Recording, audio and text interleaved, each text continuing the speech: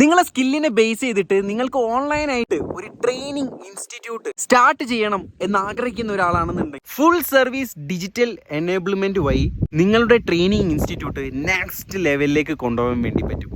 Online training ഇൻസ്റ്റിറ്റ്യൂട്ടുകൾ തുടങ്ങാൻ ആഗ്രഹിക്കുന്ന ഒരാളാണ് നിങ്ങളെന്നുണ്ടെങ്കിൽ ഒരുപാട് കാര്യങ്ങൾ നിങ്ങൾ ശ്രദ്ധിക്കേണ്ടതുണ്ട്.